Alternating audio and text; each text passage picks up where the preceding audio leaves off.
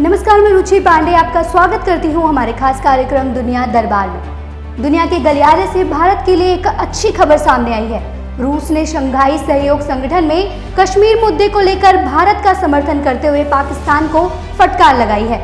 इस फटकार के पीछे रूस की क्या है मंशा और भारत को इससे कैसे होगा फायदा, बताएंगे हम। लेकिन उससे पहले आइए एक नजर डालते हैं कुछ अन्य सुर्खियों पर। बिडेन के मंत्रिमंडल में जिस प्रकार कयास लगाए जा रहे थे कि अधिक से अधिक भारत वंशियों की ही भागीदारी होगी, इसी के तहत भारतीय अमेरिकी कश पटेल को अमेरिका के कार्यवाहक रक्षा मंत्री क्रिस मिलर को चीफ स्टाफ नियुक्त किया गया है। प्रधानमंत्री नरेंद्र मोदी ने म्यांमार चुनाव में आंग सान सू की को उनकी party national league for democracy को जीत के लिए बधाई दी है। प्रधानमंत्री ने ट्वीट कर कहा कि चुनाव का सफल आयोजन म्यांमार में चल रहे लोकतांत्रिक परिवर्तन का एक और कदम है। बता दें कि आंग सान सू की एक नोबेल पुरस्कार विजेता भी हैं। इस्लामाबाद स्थित अमेरिकी दूतावास ने पाकिस्तानी प्रधानमंत्री इमरान खान से माफी मांगी है। दरअसल पिछले दिनों अमेरिकी दूतावास ने प्रधानमंत्री इमरान खान के खिलाफ एक पोस्ट को रीट्वीट करने को लेकर माफी मांगी है। पाकिस्तान के अमेरिकी दूतावास ने विपक्षी दल PMLN के नेता एहसान इकबाल के एक ट्वीट को रीट्वीट कर दिया था, जिसके बाद सोशल मीडिया पर जमकर हंगामा खड़ा हो गया था। आइए बढ़ते हैं अपनी मुख्य खबर की ओर। रूस ने शंघाई सहयोग संगठन में भारत की बात का समर्थन करते हुए कहा कि यहां चर्चा के दौरान कश्मीर जैसे भारत पाकिस्तान के द्विपक्षीय मुद्दे को रूस ने इसे संगठन के सिद्धांत के खिलाफ बताया है। रूस द्वारा कही गई इस बात का सही अर्थ समझने के लिए हमें जानना होगा कि SCO यानी शंघाई सहयोग संगठन क्या है। SCO एक स्थायी अंतर्राष्ट्रीय संगठन है। इसकी स्थापना 15 जून 2001 को चीन की आर्थिक राजधानी शंघाई में हुआ था।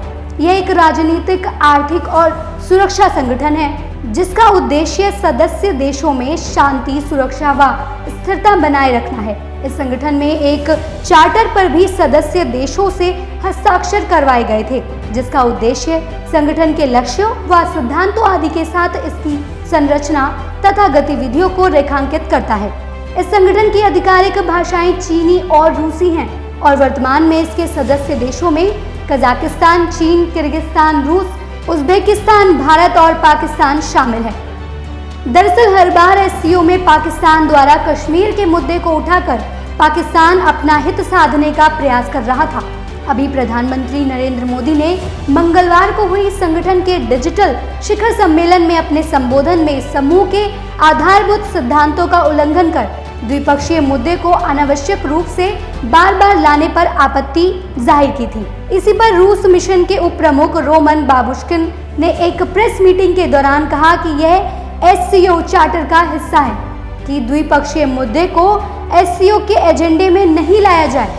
रूस के द्वारा कश्मीर पर यह बयान देना भारत के लिए शुभ संकेत दे रहा है, पर साथ ही यह भी प्रश्न खड़ा कर रहा है कि जिस रूस ने 1962 में भारत और चीन के बीच हुए युद्ध में किसी एक का समर्थन करने से कन्नी काट ली थी, अब वे भारत के इस आंतरिक मुद्दे पर इतना खुलकर कैसे समर्थन कर रहा है। जग जाहिर है कि पाकिस्तान द्वारा किसी भी अंतर्राष्ट्रीय स्तर पर कश्मीर का मुद्दा उठाए जाने पर चीन ने हमेशा उसका पक्ष और भारत का विरोध ही किया है और रूस हमेशा चीन को भाई और भारत को दोस्त मानता आया है।